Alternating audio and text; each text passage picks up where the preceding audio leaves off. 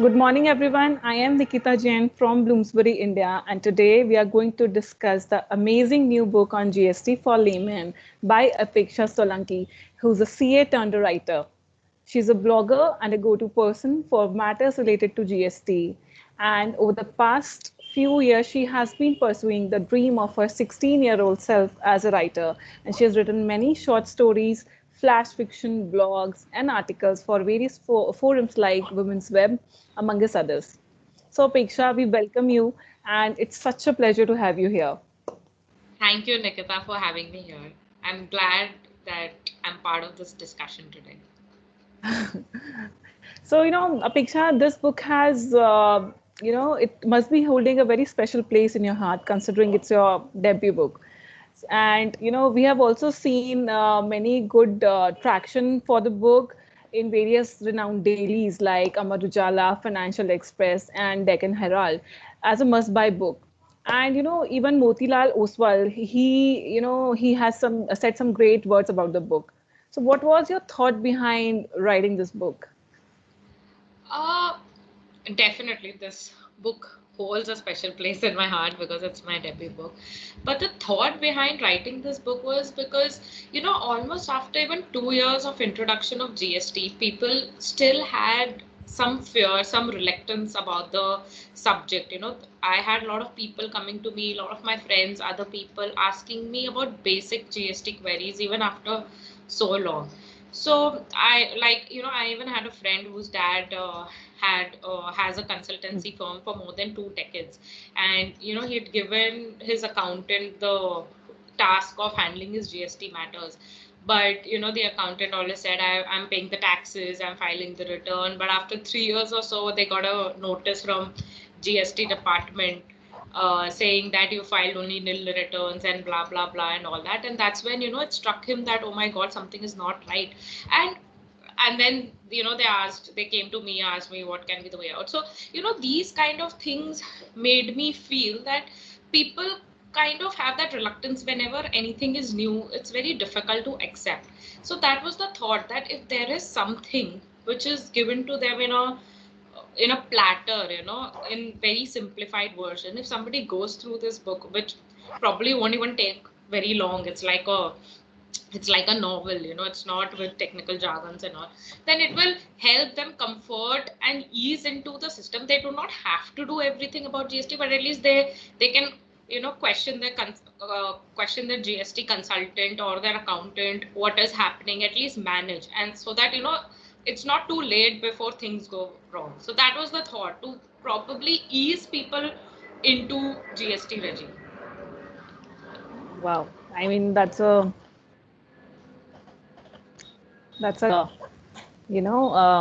thought pattern of yours. So, Apeksha, if we talk about other books in the market on the same topic, how would you say that, in what sense your book is different from those in the market, and what's the USP of your book? I think apart from the fact that it's been written in very simple English without using any technical jargons, without giving any reference to any section of the law or notification or circular, Yeah. because a common person is not interested in Yeah, where yeah, what is definitely. flowing through. They just want to know the end result. So I think not many books have that, but I think the biggest USP of my book would be the part B of my book. So the book is divided Right. into two parts, part A and Yeah. part B. Part A describes the basics of GST. What is GST? Why is it levied? When is it applicable? Who has to pay it? When do you have to deposit? How can you do your basic compliances like registration and filing Yeah. of returns, even assessment, or if there is some litigation, how do you go about it? So that is what is part A, and your part B is what is unique. It covers the everyday basic situations that a common man faces, and what would be the GST implications on that. So basically, a person encounters GST on an everyday basis. So what is the right Yeah. treatment? Because I have come across people uh, who have even, like, of course, no, they don't know that they are dealing with somebody who has GST background. So they try to fool you, by saying कि अच्छा इस पे तो ऐसे GST लगेगा. They wouldn't show it in their invoice, but they would ask you for extra. It's happened with me. So you should have that knowledge so that people don't fool you. In fact, as you said earlier, that Amar Ujala had covered it. So in fact, actress Richa Bhadra. So in Amar Ujala, that's what they had said, that she is the actress from Khichdi serial.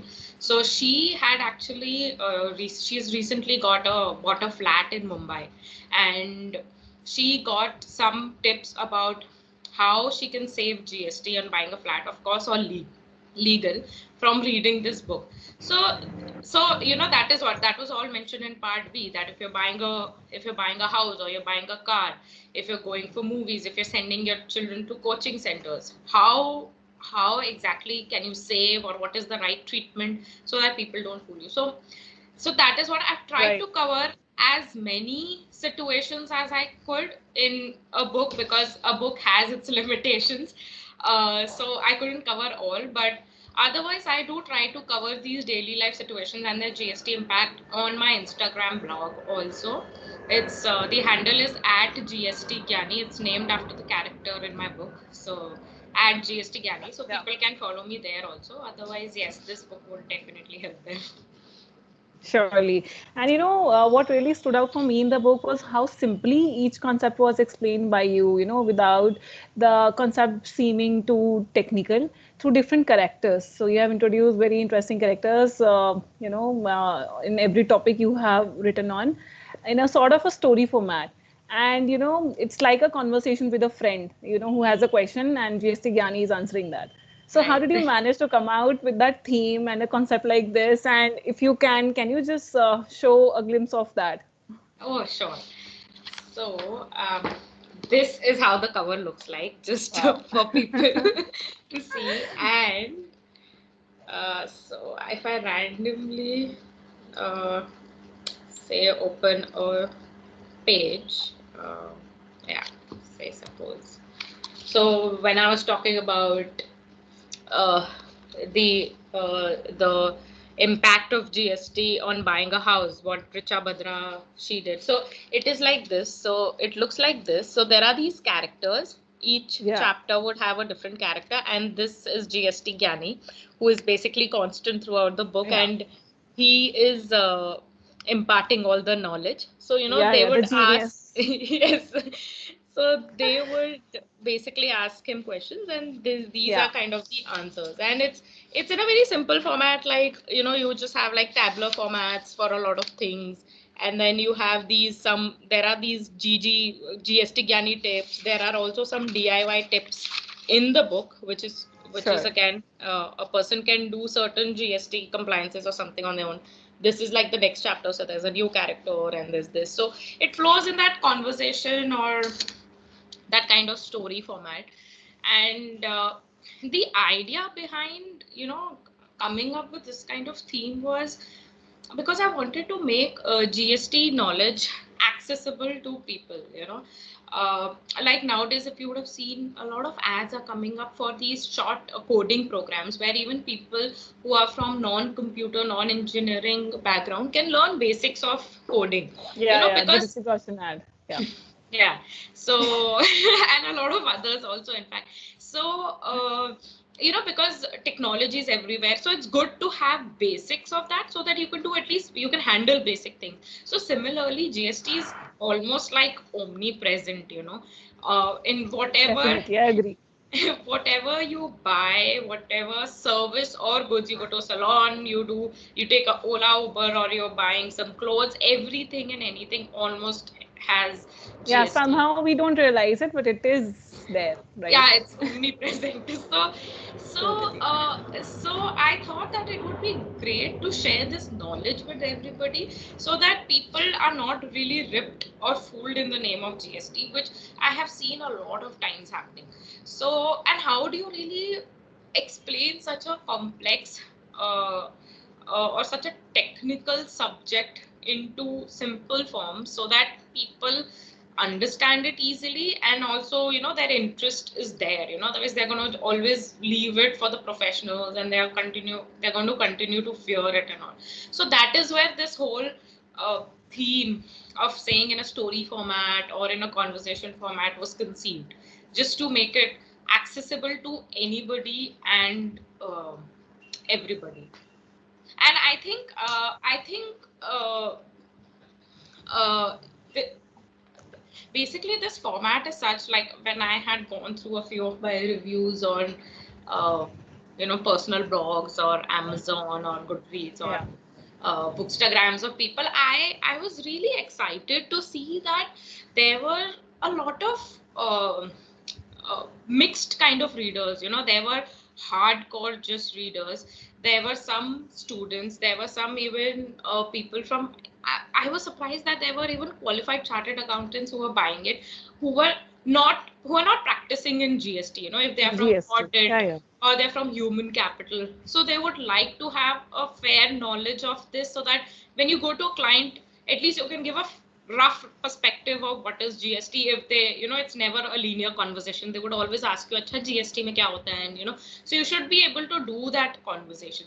So I had seen that there were a lot of variety of readers who were showing interest in it. Somebody who has just recently started, an entrepreneur, I had seen their review on it. So I think it's great. It's great that everybody and anybody is able to read this book. So I think you shouldn't categorize a reader for this kind of book. You know, it shouldn't be like, acha, if you're an entrepreneur or if you're from commerce background, that's only when you're supposed to read this book. I think this whole format of simplifying it and saying in a story format makes it accessible to everybody. Everyone. Yeah. So it's a book for everyone. Yeah. Right. Great. So, Apeksha, since you're a CA, how hard or easy was it for you to write this book, considering you have a newborn as well? And since this covers basic topics on GST, do you still have to do a lot of research for the book, or how was it? You know, how they say that it's the toughest to teach nursery students. You know, as you mentioned, I have a newborn, she's 1.5 years old. So, you know, sometimes like they wouldn't understand the basics of things, right? It's very difficult. So, of course, I'm not comparing the readers to my newborn, but, you know, but to explain something which is technical in very simple words is very difficult. I actually understand, because I am extremely technologically challenged kind of a person. So, you know, I have any problem in computer or something, I'm always like struggling. And when I ask, you know, somebody who knows it well, they'll start using these terms, and it's so difficult, it sort of goes above my head. So, you know, even they struggle to tell me ki acha basic ye hai. So, you know, it becomes like, for a technical person to explain it in simple terms, sometimes it becomes difficult. So, and then, you know, we're so used to you know, since I had been working also in GST, so we're so used to using these you know, technical language, like hence this is what happens, and therefore this is our submission. And so, you know, you cannot use words like hence and therefore and something like this in a book like this, because then it will sound very mundane and it will sound very textbooky, which is not True. the purpose. So it was difficult to keep that CA out of you when writing it, at the same time imparting all that CA knowledge, especially part B, when where, you know, I've tried to cover a lot of situations, a lot of, you know, sub situations in them. So if you see in the book, like as I showed you, even in the tabular format, you know, there are these queries in one side, and the answer is just simple. You know, it's probably the answers, yeah. So you will see the scenarios here, and then the answers is just 1 or 2 lines in this side. So it seems like very simple, but you know, these questions are nowhere answered somewhere in the law or something. The law is stated, you have to interpret and deduce what the answer would be to a particular situation. So it is I mean, you have to do your research for every particular situation. Even if you're working, you still you can't be very sure when you're writing it down. You know, you have to see whether it's not covered in some other rule or some other clarification or whatever. So It did involve a lot of research and a lot of sweat and hard work, but it was definitely very enriching and fun at the same time to me. Great to know that. Right. So, Apeksha, on the last note, working as a chartered accountant versus writing, which one do you prefer? That's a tough one because I decided I wanted to be a CA when I was 13, and I was pretty, I didn't waver after that. But I used to also read a lot of books. So when I was 16, I had this friend with whom we used to go on discussing books and all, and we used to discuss, acha, one day both of us together will write a book and all that. So that writing chaska came to me when I was around 16 years old, and I was like, I want to Okay. write a book, I want to write more stuff. So I'm happy that this book is a culmination of both my passions of writing and Yeah, tax. But let's see what happens in future. that's great. Great, Apeksha. So it was lovely to have you here. Thank And you. yeah, I it thank you was so much for taking out time. it was it was my pleasure. I had fun talking to you. Same here, same here. Great, Apeksha. Okay, bye.